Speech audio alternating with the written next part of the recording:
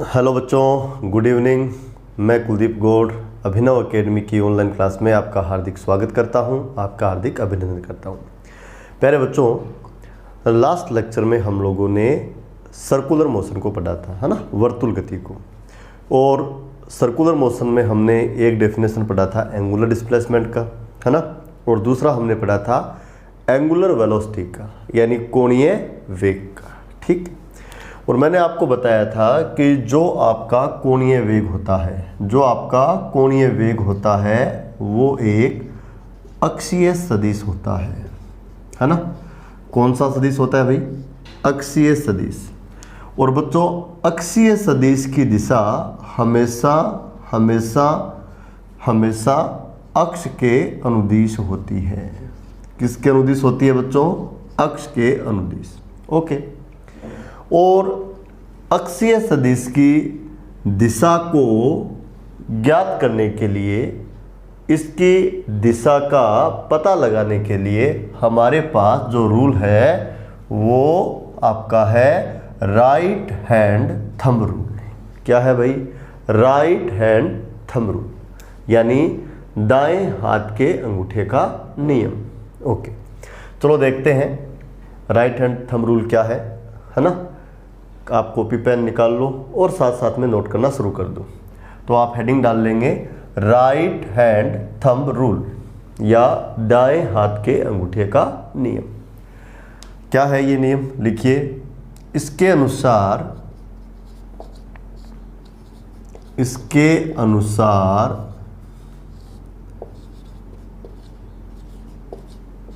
दाएं हाथ की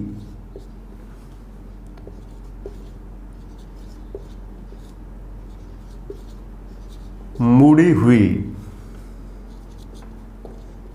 अंगुलियां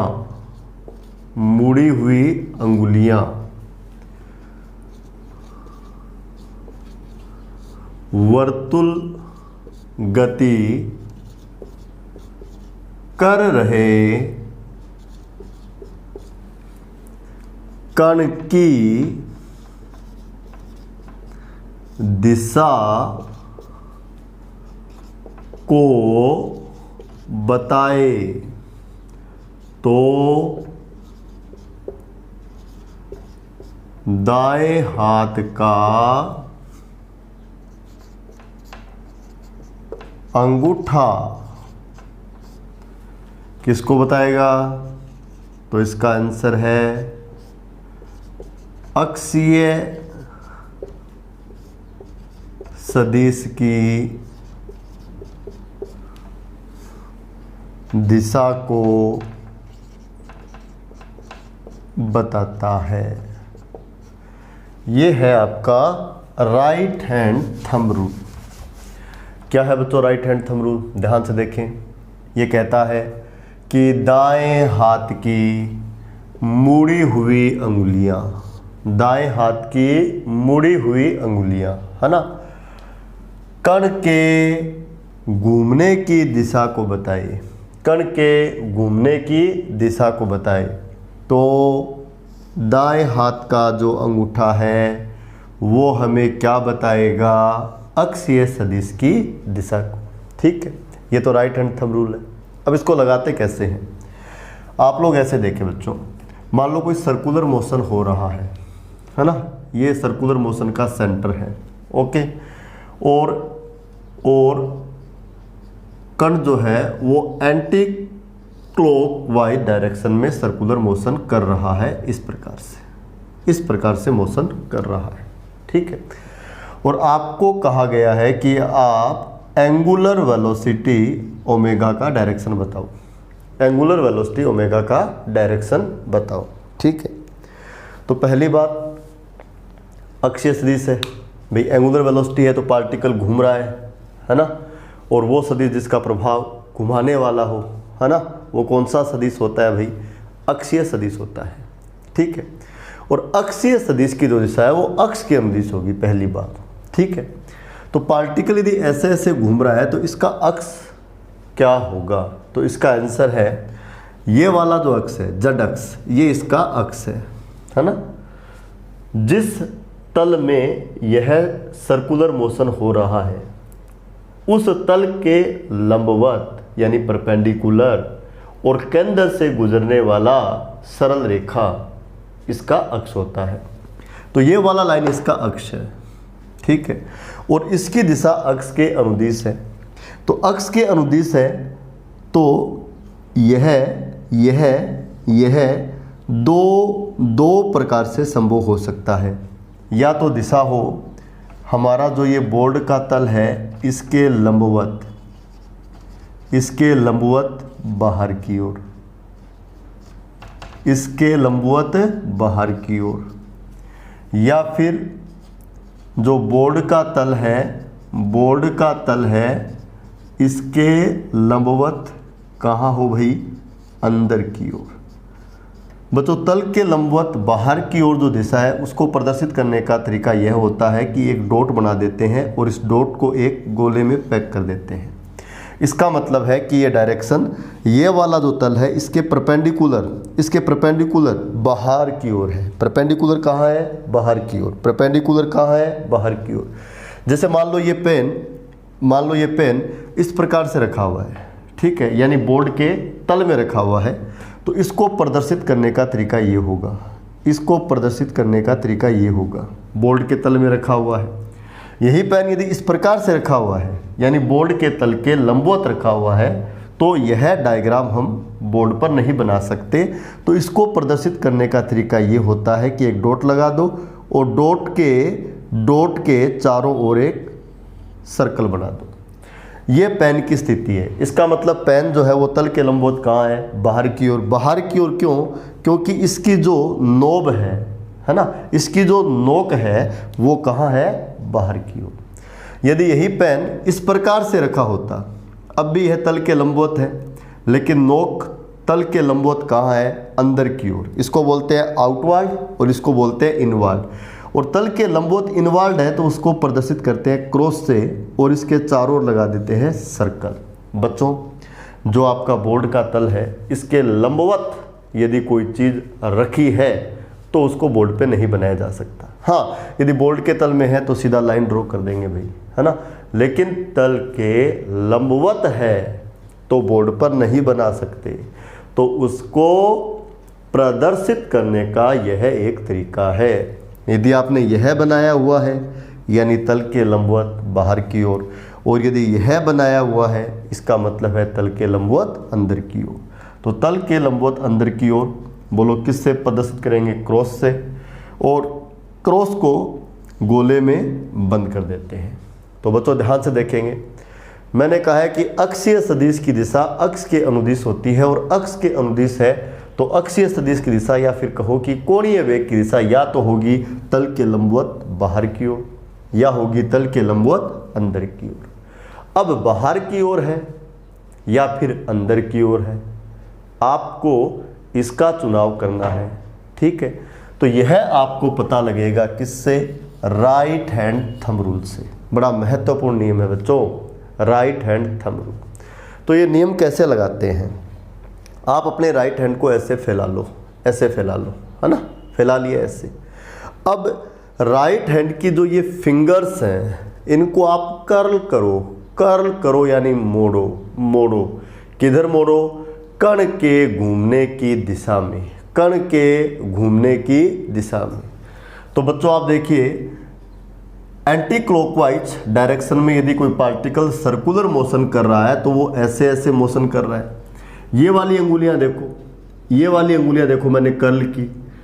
ये अंगुलियां किसको बता रही है, कण के घूमने की दिशा को बता रही है।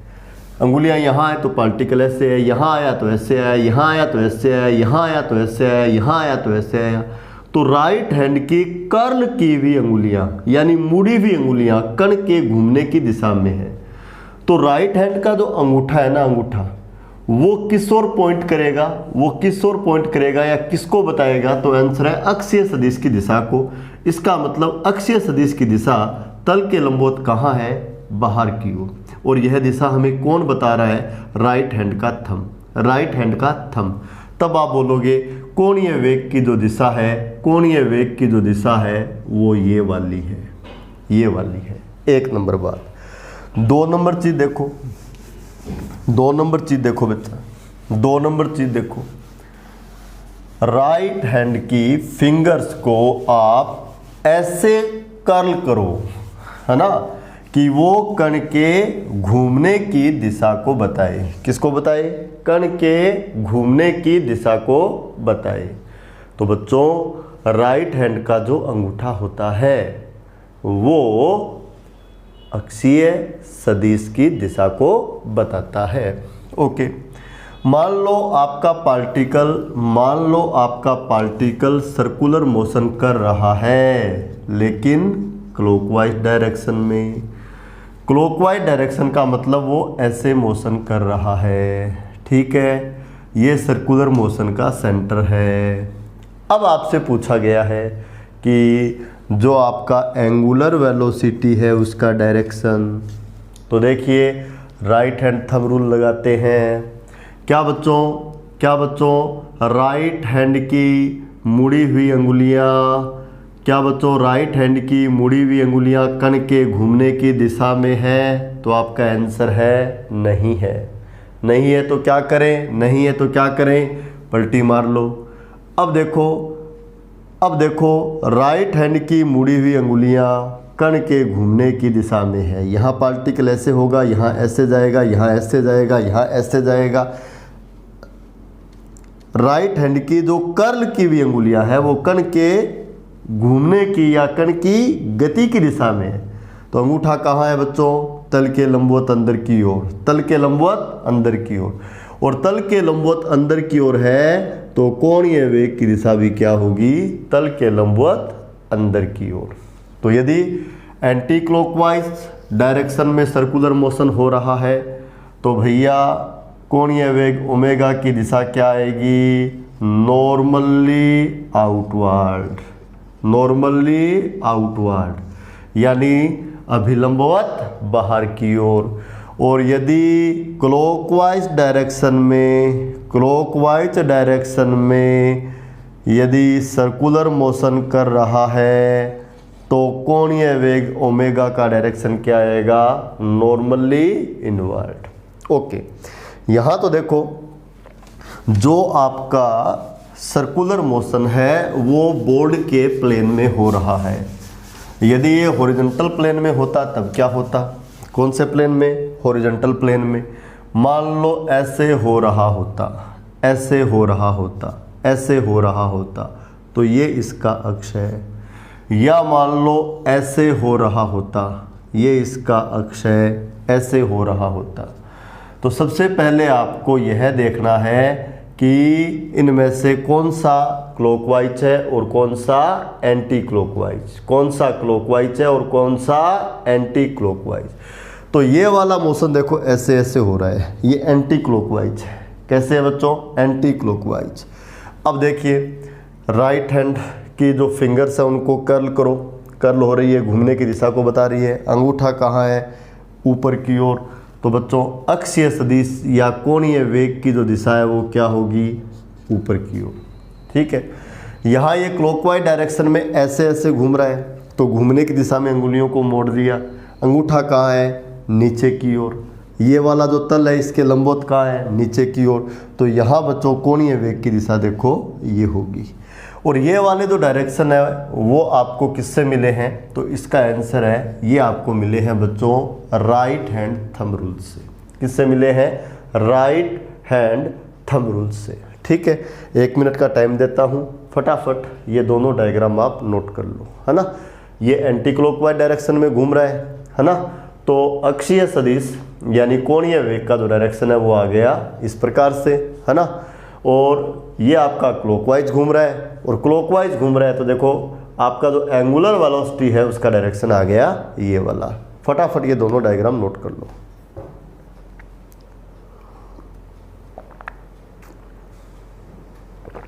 पॉज करके नोट कर लो। हो गया? ओके, आगे चलते हैं। बहुत शानदार रूल है राइट हैंड थंब रूल। क्या है? राइट हैंड के जो फिंगर्स हैं उनको इस प्रकार कर्ल करो कि वो वर्तुल गति कर रहे कण की गति की दिशा में हो तो राइट हैंड का थंब क्या बताएगा? अक्षीय सदिश की दिशा को बताएगा। एक और इम्पोर्टेंट पॉइंट आपको बता रहा हूँ, नोट कर लें आप लोग, नोट कर लें। वर्तुल गति में कण के स्पर्श रेखीय वेग की दिशा, स्पर्श रेखीय वेग की दिशा। वर्तुल गति कर रहे किसी कण के लिए उसका जो स्पर्श रेखीय वेग होता है, कौन सा वेग? स्पर्श रेखीय वेग। कौन सा वेग? स्पर्श रेखीय वेग। उसकी दिशा, स्पर्श रेखीय वेग की दिशा। लिखिए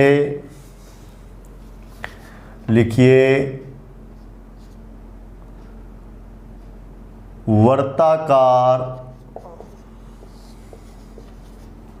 पथ के किसी बिंदु पर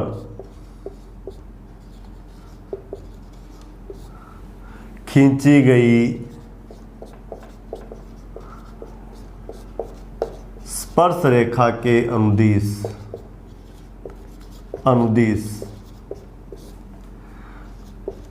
उस बिंदु पर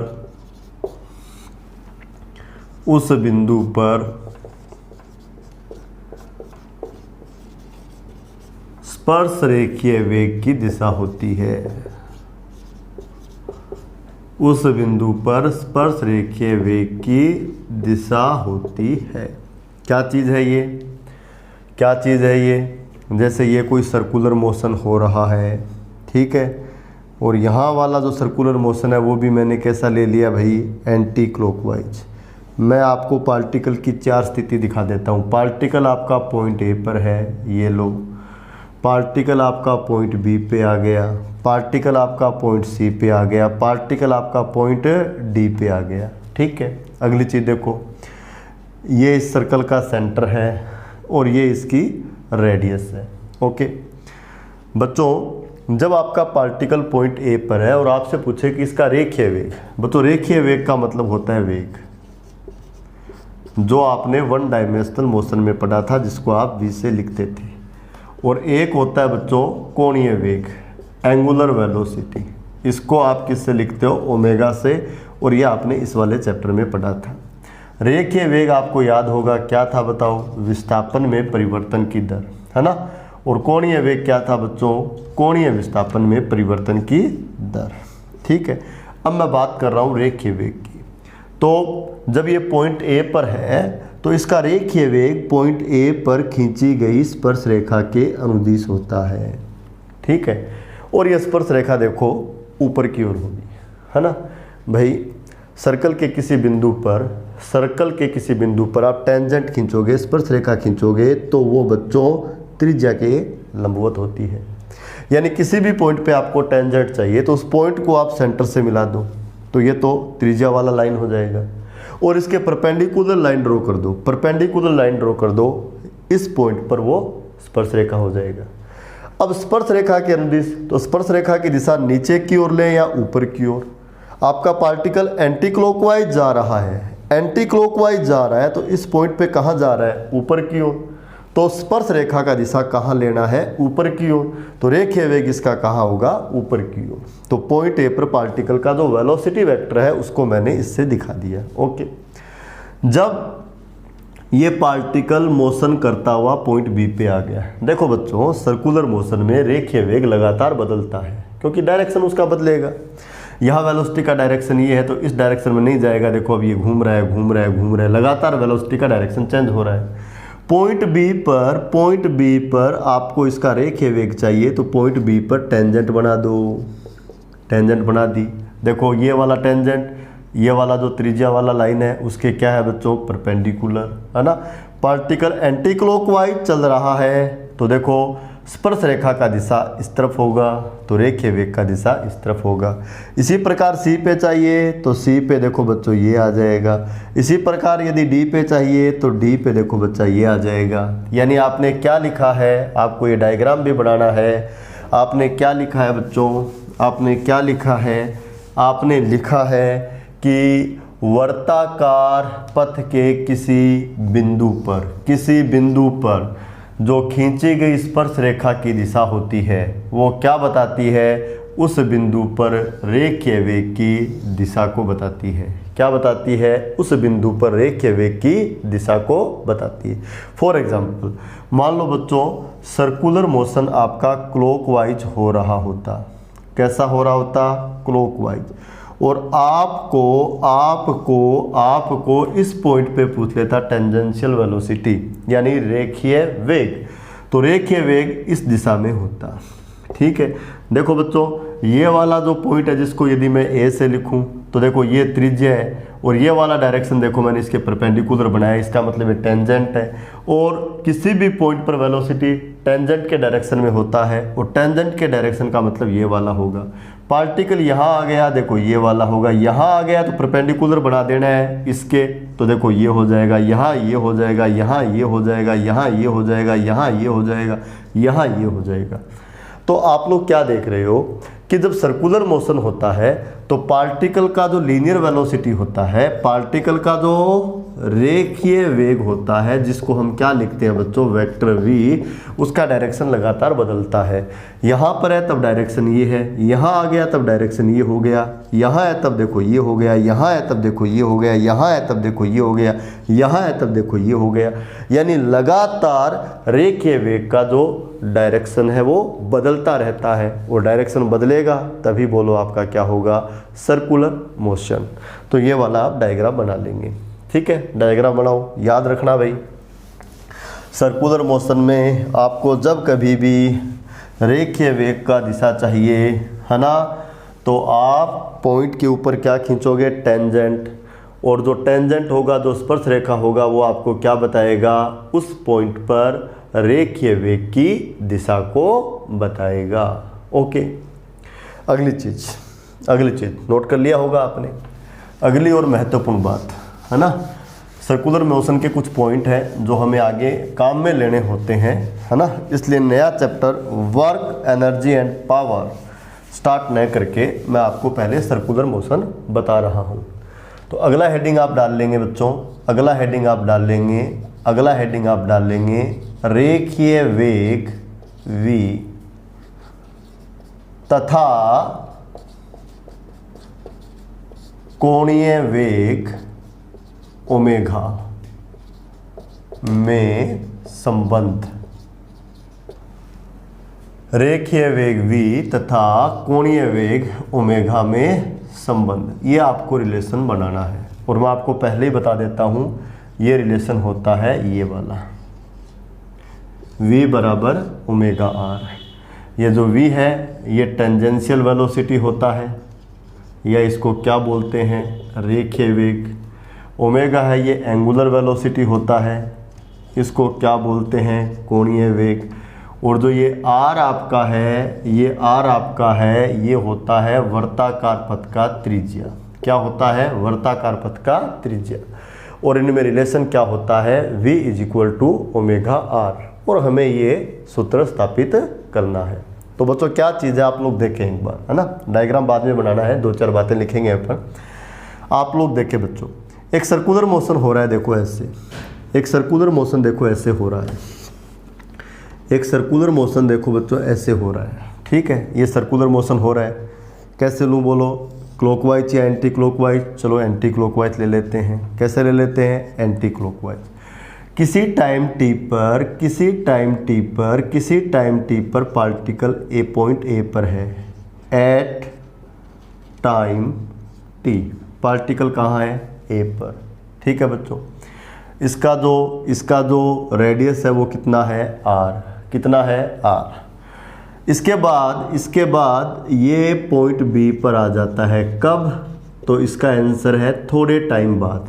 इसका मतलब टाइम कितना हो गया, t प्लस डेल्टा टी। कितना हो गया बच्चों, t प्लस डेल्टा टी। तो पार्टिकल का जो नया लोकेशन है वो ये वाला है, नया लोकेशन है वो ये वाला है।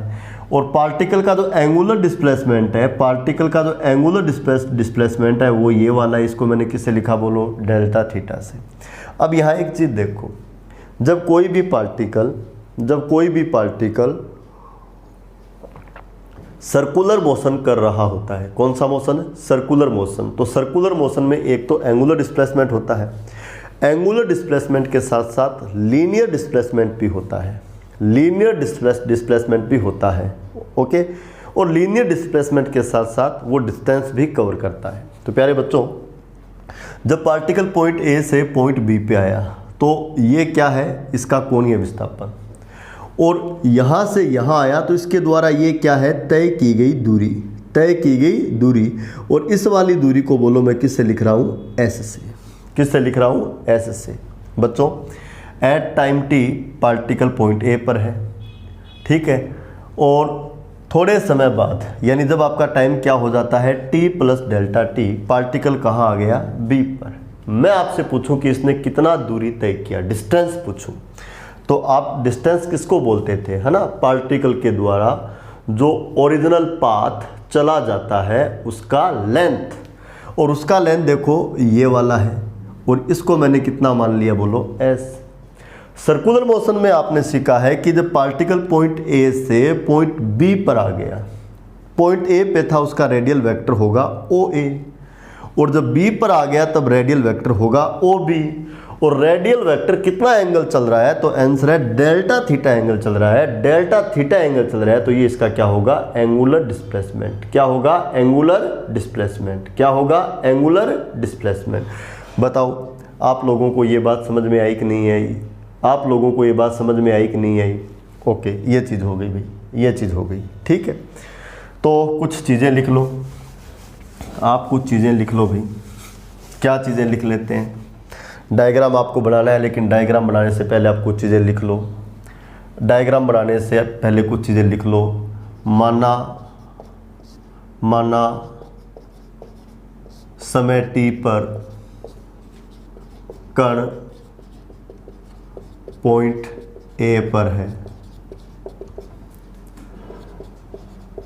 समय टी प्लस डेल्टा टी पर कण पॉइंट बी पर पहुंच जाता है, पॉइंट बी पर पहुंच जाता है। कब, जब समय कितना हो जाता है, टी प्लस डेल्टा टी। माना इसका कोणीय विस्थापन डेल्टा थीटा है, तथा तय की दूरी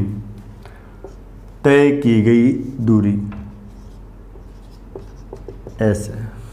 तय की गई दूरी कितनी है, एस है, ठीक है। आप ऐसा भी कह सकते हो, यदि आप इनस्टेंटेनियस एंगुलर वेलोसिटी लिखना चाहो तो इसको मान लो थीटा। कितना मान लो, थीटा। तो एंगुलर डिस्प्लेसमेंट कितना मान लोगे बच्चों, थीटा। कितना मान लोगे, थीटा। एक ही बात है, हम पहले डेल्टा थीटा बटा डेल्टा टी निकाले, फिर डेल्टा टी टेंस टू 0 करें, फिर आप तात्क्षणिक निकाले, सीधा निकाल लेंगे, है ना। ओके, डायग्राम बना लो आप, ठीक है, पॉज करके डायग्राम बना लो। सर्कुलर मोशन कर रहा है, कौन सा मोशन कर रहा है, सर्कुलर मोशन। किसी टाइम टी पर कहाँ पकड़ा, ए पर। टाइम कितना हो गया, टी प्लस डेल्टा टी। आपको कहाँ मिला, बी पर। एंगुलर डिस्प्लेसमेंट कितना है, थीटा, ठीक है। बोलो तय की गई दूरी कितनी है, एस। कितनी है, एस। और आपने डायग्राम बना लिया। ओके, डायग्राम बनाने के बाद आप लिखिए, डायग्राम आप बना चुके हो, ये चीज़ मैं हटा देता हूँ। डायग्राम आप बना चुके हो, बड़ा सिंपल सा आर्टिकल है भाई, कोई दिक्कत नहीं आएगी। रिलेशन बहुत शानदार है, रिलेशन आपको याद रखना है, रिलेशन हमेशा के लिए आपको याद रखना है बच्चों, हमेशा के लिए आपको याद रखना है। तो आप लिख दोगे कोणीय वेग की परिभाषा से, कोणीय वेग की परिभाषा से, कोणीय वेग की परिभाषा से। कोणीय वेग की परिभाषा क्या होती है बच्चों? कोणीय वेग होता है कोणीय विस्थापन में परिवर्तन की दर, इसको 1 नंबर बोल दो, है ना। कोणीय विस्थापन कितना है? थीटा, इसमें परिवर्तन की दर बोलो क्या होता है? कोणीय वेग। अब एक चीज़ आप लिखोगे जो आप पहले से जानते हो। क्या जानते हो बच्चों? थीटा बराबर क्या होता है? S बटा आर। क्या होता है? S बटा आर। इसको 2 नंबर बोल दोगे, साइड में लिख देना कोण बराबर, आपने छोटी क्लास में पढ़ा हुआ है ये फार्मूला, क्या होता है बच्चों? चाप बटा त्रिज्या। ठीक है, तो कोण जो है वो यहाँ क्या है? कोणीय विस्थापन। तय की गई दूरी यहाँ चाप है जो क्या है? S, और वर्ताकार पथ की त्रिज्या जो है वो कितनी है? R। तो थीटा बराबर बोलो क्या बनेगा आपका? S बटा आर। ठीक है, अब आप क्या काम करो, थीटा का मान 1 में रख दो भैया। तो समीकरण 2 से थीटा का मान समीकरण 1 में रखने पर 2 से थीटा का मान किस में रख देता हूँ? 1 में। किस में रख देता हूँ? 1 में। 1 में मान रख देता हूँ तो ये आता है ओमेगा बराबर क्या आता है? डी वाई डी टी, और थीटा की जगह क्या आता है बच्चों? S बटा आर। क्या आता है? S बटा आर। यहाँ से देखो ओमेगा इज इक्वल टू, ये तो टाइम के रेस्पेक्ट में डिफ्रेंसिएशन है बच्चों। आर कांस्टेंट है, चेंज होना ही नहीं, चेंज होना ही नहीं। पार्टिकल ए पर है तब भी त्रिज्या आर है, बी पर आ गया तब भी त्रिज्या बोलो कितना होगा? आर। सी पर आ जाएगा तब भी त्रिज्या कितना होगा? आर। किसी पॉइंट डी पे आ जाएगा तब भी बोलो त्रिज्या कितना होगा? आर। किसी पॉइंट ई पे आ जाएगा तब भी त्रिज्या बोलो कितना होगा? आर। तो आर तो समय के साथ चेंज होना नहीं है, चेंज तो केवल और केवल किसको होना है? एस को। केवल और केवल किसको होना है? एस को। भाई ए से चल के बी पे आ गया, एस ये हो गया। बी से सी पे आ गया तो एस देखो ये हो गया। डी पे आ गया देखो एस ये हो गया। तो चेंजिंग केवल एस में आनी है। तो आर कांस्टेंट है, आर कांस्टेंट है तो इसको बाहर ले लिया। ये बोलो बच्चों क्या आ गया? डी एस बट्टा डी टी। क्या आ गया? डी एस बट्टा डी टी। क्या आ गया? डी एस बट्टा डी टी। यहाँ से देखो ओमेगा बराबर क्या आ गया? 1 बट्टा आर। और बच्चों डी एस बट्टा डी टी तो वी होता है, विस्थापन में परिवर्तन की दर या दूरी में परिवर्तन की दर। तात्क्षणिक है तो दूरी विस्थापन बन जाती है, और डी एस बट्टा डी टी जो है वो आपका क्या होता है बच्चों? वी। आपने 1 डायमेंशनल मोशन में ये चीज़ पढ़ी हुई है ना। डी एस बट्टा डी टी आपका क्या होता है? वी। डी एस बट्टा डी टी आपका क्या होता है? वी। तो इसकी जगह आपने क्या लिख दिया? वी। तो यहाँ से देखो आपको ओमेगा कितना मिल जाएगा? तो आंसर है ये आपको मिल जाएगा वी बट्टा आर। क्या मिल जाएगा भाई? वी बट्टा आर। क्या मिल जाएगा? वी बट्टा आर। और यहाँ से आप लिख सकते हो कि v बराबर क्या होगा? Omega r. v बराबर क्या होगा? Omega r. और इसको बोल दो समीकरण नंबर 1। और ये रिलेशन आपको याद रखना है, आप लिख लोगे जो कि रेखीय वेग v तथा कोणीय वेग ओमेगा में संबंध है। v इज इक्वल टू क्या आ गया बच्चों? Omega r. v is equal to क्या आ गया? Omega r. ये क्या है? रेखीय वेग v और कोणीय वेग ओमेगा में संबंध। v तो है लीनियर वेलोसिटी, ओमेगा है एंगुलर वेलोसिटी, और r क्या है? सर्कुलर पाथ का रेडियस। r क्या है? सर्कुलर पाथ का रेडियस। तो बच्चों v बराबर क्या होता है? Omega r. तो आपसे यदि कोई पूछे कि रेखीय वेग और कोणीय वेग में संबंध क्या है, एक पार्टिकल सर्कुलर मोशन कर रहा है तो एक तो उसका होगा कोणीय वेग, एक इसका होगा रेखीय वेग, एक इसका क्या होगा? रेखीय वेग। दोनों में रिलेशन पूछे तो आप क्या बोलोगे? आप बोलोगे रिलेशन होता है v is equal to omega r. v is equal to omega r. अब देखो बच्चों इसको वेक्टर फॉर्म में लिखना है। किस फॉर्म में लिखना है? वेक्टर फॉर्म में, यानी सदिश रूप में। किस रूप में? सदिश रूप में। तो मैं इसको सदिश रूप में लिख रहा हूँ, आप लोग देखेंगे मैं इसको सदिश रूप में लिख रहा हूँ बच्चों। इसको सदिश रूप में ऐसे लिखा जाता है v बराबर ओमेगा क्रॉस आर।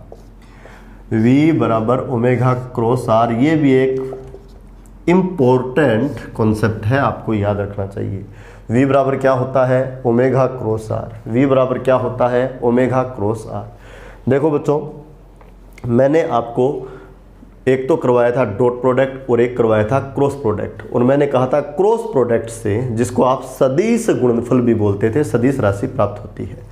तो यहाँ देखो पहला जो वेक्टर है वो है वेक्टर ओमेगा, दूसरा जो वेक्टर है वो है वेक्टर आर, और दोनों का आपने क्या किया क्रॉस प्रोडक्ट, और क्रॉस प्रोडक्ट से आपको जो नया वेक्टर मिलता है वो क्या मिल गया वेक्टर वी। एक नंबर बात।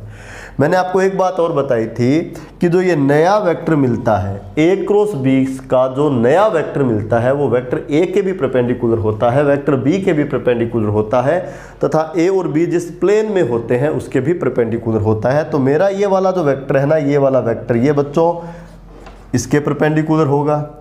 इसके साथ साथ ये है ना, ये इसके साथ साथ ये जो है वो वेक्टर आर के भी परपेंडिकुलर होगा। इसके साथ साथ ये दोनों जिस प्लेन में होंगे ये उसके भी परपेंडिकुलर होगा। चलो इसको देखते हैं, बच्चों, चलो इसको देखते हैं। बहुत अच्छा कॉन्सेप्ट है, आपको याद रखना चाहिए। v बराबर होता है ओमेगा आर, और वेक्टर फॉर्म में पूछा जाए तो v बराबर क्या होता है ओमेगा क्रॉस आर। ओके, अब बच्चों देखो, आपसे पूछे कि भाई ये जो फार्मूला था ना v बराबर ओमेगा आर, इससे केवल आपको इस वेलोसिटी का मैग्नीट्यूड पता लग रहा था, केवल परिमाण पता लग रहा था, दिशा का आपको कोई इंफॉर्मेशन नहीं मिल रहा था, है ना, केवल मैग्नीट्यूड पता लग रहा था। आपने यदि इसको ऐसा लिख दिया ना तो आपको डायरेक्शन भी पता लगेगा, डायरेक्शन के साथ साथ मैग्नीट्यूड भी पता लगेगा, यानी डायरेक्शन मिल रहा है आपको, और जिससे डायरेक्शन भी मिल जाए उसको बोलते हैं वेक्टर फॉर्म, सदिश रूप बोलते हैं। मैग्नीट्यूड चाहिए तो क्या दिक्कत है, ए क्रॉस बी क्या होता है A B sine theta, omega और आर यहाँ परपेंडिकुलर होते हैं, तो साइन 90 का मान 1 आएगा, तो वी बराबर क्या बनेगा ओमेगा आर, बढ़ा के देख लेना। डायरेक्शन चाहिए तो इसका डायरेक्शन कहाँ होगा ओमेगा क्रॉस आर के डायरेक्शन में, कहाँ होगा ओमेगा क्रॉस आर के डायरेक्शन में। और प्यारे बच्चों एक बात आपको और बताता हूँ, ओमेगा क्रॉस आर की दिशा चाहिए, याद है क्या आपको याद है क्या, आपको क्या चाहिए ए क्रॉस बी की दिशा, क्या चाहिए ए क्रॉस बी की दिशा, क्या चाहिए ए क्रॉस बी की दिशा। तो प्यारे बच्चों ए क्रॉस बी की दिशा कैसे ज्ञात की जाती है, तो आंसर है राइट हैंड थंब रूल से। ये ए क्रॉस बी के लिए राइट हैंड थंब रूल है, न कि अक्षीय सदिश के लिए। ये क्या होता था, राइट हैंड की जो फिंगर्स हैं उनको कौन से वाले कोण से, बड़े वाले कोण से कि छोटे वाले कोण से, छोटे वाले कोण से कर्ल करना है ए से बी की ओर, ए से बी की ओर। अंगूठा क्या बताता था ए क्रॉस बी की दिशा को बताता था। तो यहाँ हम राइट हैंड की जो फिंगर्स है उनको कर्ल करेंगे ओमेगा से आर की ओर, कौन से कोण से, छोटे वाले कोण से, ठीक है। तो अंगूठा क्या बताएगा ओमेगा क्रॉस आर का दिशा, ओमेगा क्रॉस आर का दिशा, इसका मतलब वेक्टर वी का दिशा, वेक्टर वी का दिशा। चलो इसको सीखते हैं, यहाँ से आपको पता लगेगा कि एंगुलर वेलोसिटी का जो डायरेक्शन है, एंगुलर वेलोसिटी का जो डायरेक्शन है वो अक्ष के अनुदिश क्यों लिया हुआ था। तो देखिए बच्चों ध्यान से देखना इस बात को, एक पार्टिकल आपका घूम रहा है सर्कुलर पाथ में, और कैसे घूम रहा है भाई एंटी क्लॉकवाइज, ठीक है। बोलो बच्चों, जब आपका पार्टिकल पॉइंट ए पर है तो ये इसका रेडियल वेक्टर हो गया, जब ये पॉइंट बी पर है तब ये इसका रेडियल वेक्टर हो गया, जब ये पॉइंट सी पे आ गया तब ये इसका रेडियल वेक्टर हो गया, जब ये डी पे आ गया तब ये इसका रेडियल वेक्टर हो गया। याद आ रहा है ना, त्रिज्या सदिश सर्कुलर मोशन में लगातार बदलता है। ओके, एक तो रेडियल वेक्टर हो गया, एक होता है टेंजेंशियल वेलोसिटी। ए पर टेंजेंशियल वेलोसिटी, लो जी ये होगा टेंजेंशियल वेलोसिटी। बी पर पूछे देखो ये होगा, सी पर पूछे देखो बेटा ये होगा, और डी पर पूछे तो देखो बेटा ये होगा। टेंजेंशियल वेलोसिटी स्पर्श रेखा के अनुदिश होता है ना। तो बच्चों ये ए पर स्पर्श रेखा है, क्यों है, क्योंकि ये डायरेक्शन जो है वो त्रिज्या वाला जो डायरेक्शन है उसके परपेंडिकुलर है, और सर्कल पर किसी भी पॉइंट पे टेंजेंट जो है वो त्रिज्या के लंबवत होता है। यहाँ भी 90 दिख रहा है, यहाँ भी 90 दिख रहा है, और यहाँ भी 90 दिख रहा है। ओके, अब बात करें किसकी बच्चों एंगुलर वेलोसिटी की। एंगुलर वेलोसिटी है जिसको मैं इससे दिखा रहा हूँ, और ये वाला होगा। कैसे होगा बताओ, नॉर्मली आउटवर्ड, जिसको हम बोलते हैं अभिलंबवत बाहर की ओर, जिसको किससे दिखाया गया है, डॉट से। कैसे पता लगा, राइट हैंड थंब रूल से। पार्टिकल ऐसे घूम रहा है, पार्टिकल ऐसे घूम रहा है, पार्टिकल बच्चों आपका ऐसे ऐसे ऐसे ऐसे घूम रहा है, तो राइट हैंड की जो अंगुलियां हैं उनको आप कर्ल कीजिए, है ना, घूमने की दिशा में है। अंगूठा कहाँ है बच्चों, नॉर्मली आउटवर्ड, तो एंगुलर वेलोसिटी या अक्षीय सदिश कहाँ है, बोलो नॉर्मली आउटवर्ड। बताओ आपको ये पता लगा कि नहीं लगा, बिल्कुल लग गया। सर चलो ये बातें तो समझ में आ गई, आप ये बता दो कि रेखीय वेग का जो डायरेक्शन है वो किसके डायरेक्शन में होता है, ओमेगा क्रॉस आर के डायरेक्शन में। ये कैसे, तो जब भी बेटा आपको ए क्रॉस बी की दिशा चाहिए तो आप लोगों को दो पेन ले लेने हैं, दो पेन ले लेने हैं। पहला पेन वेक्टर ए को और दूसरा पेन वेक्टर बी को बताइए, है ना। इसकी जो नोक है ना वो एरो के डायरेक्शन में होनी चाहिए और इसकी जो नोक है ना वो दूसरे वेक्टर के एरो के डायरेक्शन में होनी चाहिए। चलो, जब पार्टिकल आपका पॉइंट ए पर है तब हम बनाते हैं ओमेगा क्रॉस आर का दिशा। ओमेगा तो देखो बच्चों इस प्रकार से है, रेडियल वेक्टर देखो बच्चों इस प्रकार से है, तो ये आपका हो गया ओमेगा और ये हो गया आर। अब ध्यान से देखना, ओमेगा और आर का प्लेन ये वाला प्लेन है ना, तो ओमेगा क्रॉस आर का जो वेक्टर होता है यानी जो वेक्टर वी होता है उसके दो ही चांस है, प्लेन के परपेंडिकुलर, और परपेंडिकुलर होने का मतलब या तो ऊपर की ओर या बोलो कहाँ, नीचे की ओर। तो ये आपका है ओमेगा और ये आपका है आर। आपको राइट हैंड की फिंगर्स को कर्ल करना है ओमेगा से आर की ओर और छोटे वाले कोण से। ये ओमेगा है और ये आर है, छोटे वाला कोण ये है, इधर आपको कर्ल करना है। तो बच्चों थोड़ा सा मैं इसको यहाँ ले आता हूँ।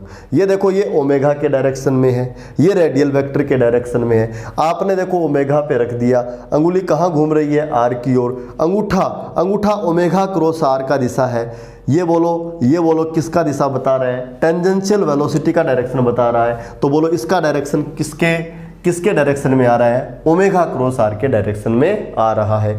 यहाँ आप यदि अच्छे से देखो, ये आपका ओमेगा है, ये आपका आर है और ये वेक्टर वी का डायरेक्शन है। तो ये वाला डायरेक्शन इसके भी परपेंडिकुलर है, इसके भी परपेंडिकुलर है और प्लेन के भी क्या है, परपेंडिकुलर है। ओके, अब इस वाली चीज को यहां लगा के देखते हैं। बच्चों वेक्टर ओमेगा तो अब भी ऐसे है, वेक्टर आर रेडियल वेक्टर देखो ऐसे हो गया, ये वेक्टर आर है।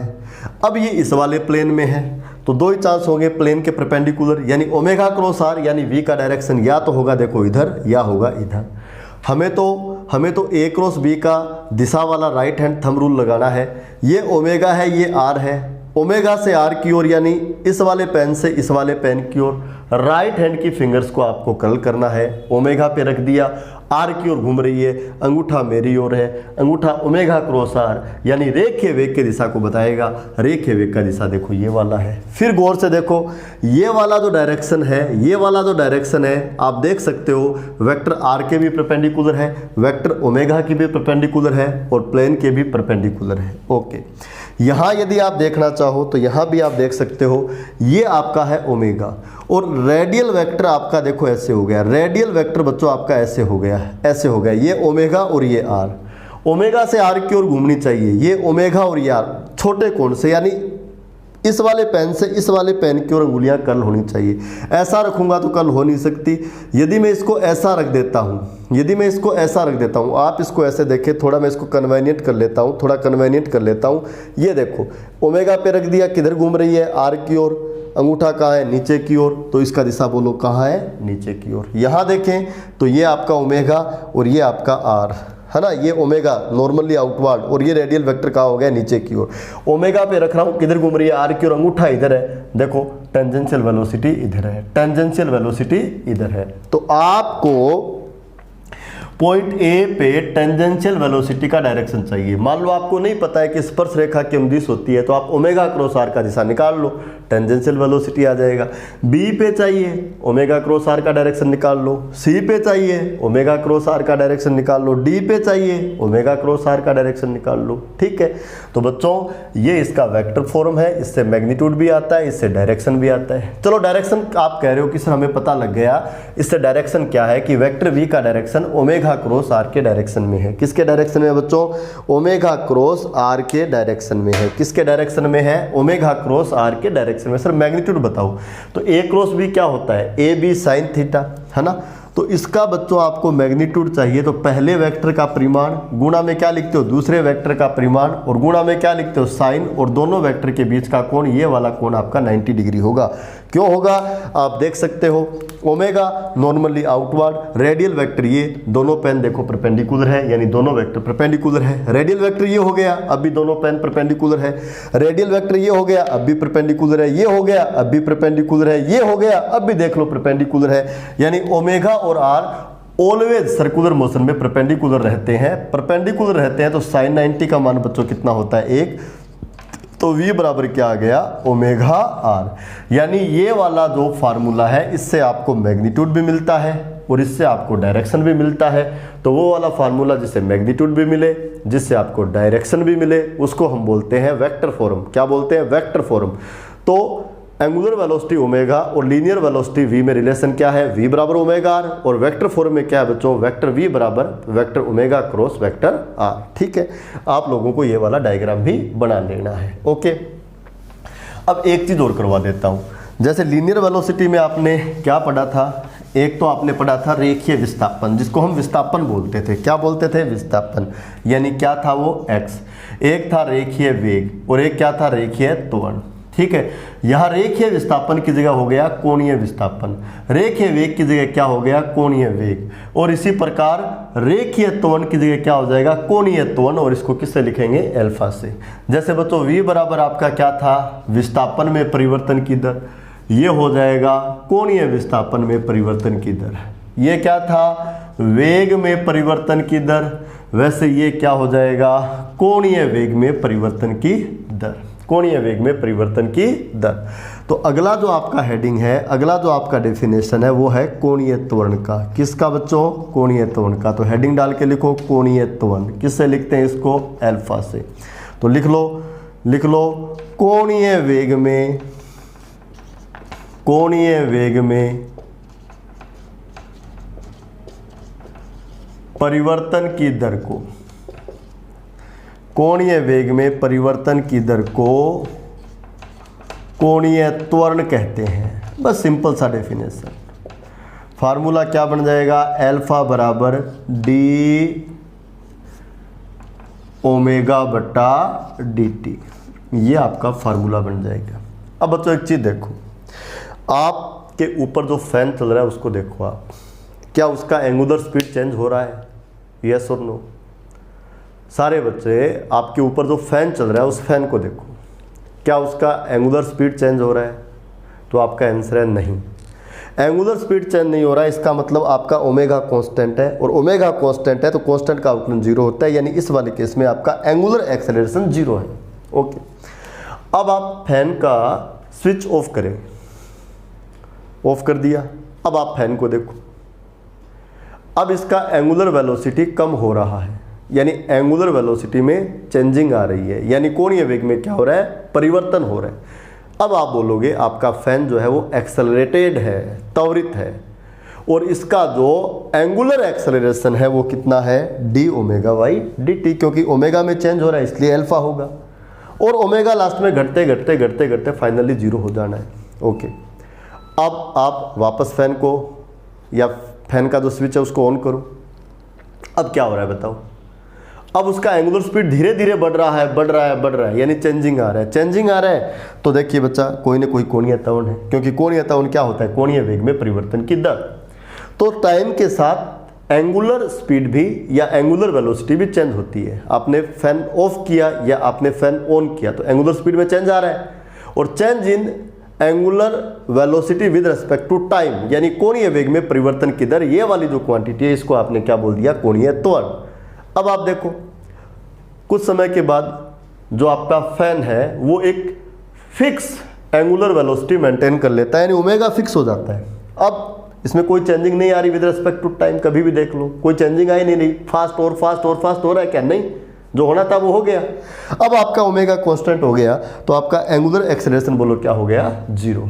तो कोई पार्टिकल जब सर्कुलर मोशन करता है तो प्यारे बच्चों एंगुलर एक्सेलरेशन भी हो सकता है, एंगुलर एक्सेलरेशन भी हो सकता है। जैसे आपने स्विच को ऑन ऑफ किया तो आपके फैन में एंगुलर एक्सेलरेशन बन जाता है ना। या 1 के स्पीड पे था, आपने 2 पे कर दिया, या आपने 3 पे कर दिया, या आपने 4 पे कर दिया, या आपने 5 पे कर दिया, तो लगातार उसका स्पीड बढ़ रहा है तो वो एक्सेलरेशन में है। या 5 4 3 2 इस तरह से आप कम कर रहे हो तब भी वो एक्सेलरेशन में, यहाँ एंगुलर स्पीड आपका क्या हो रहा है, कम हो रहा है। ठीक है, अब देखो हम लोग जब भी कोई नई क्वांटिटी डिफाइन करते हैं उसके बारे में कुछ बातें लिखते हैं। ठीक है, तो इसके बारे में भी लिखेंगे, कोणीय त्वरण के बारे में भी लिखेंगे, नोट लगा के लिखेंगे भाई, नोट लगा के लिखेंगे। सबसे पहली बात लिखेंगे यह एक सदिश राशि है, यह एक सदिश राशि है। बच्चों इसका प्रभाव बोलो रेखीय है या घूर्णन का, घूर्णन का है तो कौन सा सदिश है, ये अक्षीय सदिश। बोलो इसका डायरेक्शन किससे आएगा, राइट हैंड थंब रूल से। किससे आएगा, राइट हैंड थंब रूल से। ओके, नंबर सेकंड हम लिखेंगे इसका एसआई मात्रक। क्या लिखेंगे बच्चों, एसआई मात्रक। तो इसका जो डेफिनेशन है वो ये रहा, डी ओमेगा बटा डी टी, है ना। ऊपर एंगुलर वेलोसिटी है, एंगुलर वेलोसिटी का जो यूनिट होता है वो रेडियन पर सेकंड होता है। नीचे में टाइम है तो ये सेकंड स्क्वायर हो जाएगा, तो इसका यूनिट क्या बनेगा, रेडियन प्रति सेकंड स्क्वायर। क्या बनेगा, रेडियन प्रति सेकंड स्क्वायर। अब बात करते हैं इसके डायमेंशन की। किसकी बात कर लें, डायमेंशन की विमा की बात कर लें। डायमेंशन क्या लिखोगे, ऊपर तो बच्चों देखो ये आपका एंगुलर वेलोसिटी है, या एंगुलर वेलोसिटी को आपने लिखा रेडियन पर सेकंड, इसको आपने लिखा सेकंड। रेडियन एक डायमेंशन क्वांटिटी होता है और सेकंड की घात बट्टे में 2 है, तो ऊपर जाओगे तो ये -2 हो जाएगी। तो इसका डायमेंशन बोलो कितना आएगा, t-2। कितना आएगा, t-2। बोलो ये चीज़ आपकी क्या है, ये चीज़ आपकी क्या है, ये है डायमेंशन ऑफ एंगुलर एक्सेलरेशन। ठीक है, तो सर्कुलर मोशन के लिए आपने कुछ क्वांटिटी डिफाइन कर दी, है ना। एक तो आपका क्या हो गया, एंगुलर डिस्प्लेसमेंट, उसके बाद एंगुलर वेलोसिटी, उसके बाद एंगुलर एक्सेलरेशन, और एक बहुत अच्छा आपने रिलेशन बनाया है। बोलो क्या, रेखीय वेग और कोणीय वेग के बीच में। बोलो v बराबर आपका क्या है, ओमेगा आर। ठीक है बच्चों, कल का जो हमारा क्लास है उसमें बहुत ही शानदार कॉन्सेप्ट पढ़ेंगे अपन, है ना। एक सेंट्रीपिटल फोर्स होता है बेटा, जिसको हम बोलते हैं अभिकेंद्रीय बल, है ना। इसी प्रकार एक सेंट्रीपिटल एक्सेलरेशन भी होता है जिसको हम लोग क्या बोलते हैं, अभिकेंद्रीय त्वरण। बहुत अच्छा कॉन्सेप्ट है, कल की क्लास में हम पढ़ेंगे। ठीक है बच्चों, ओके, थैंक यू।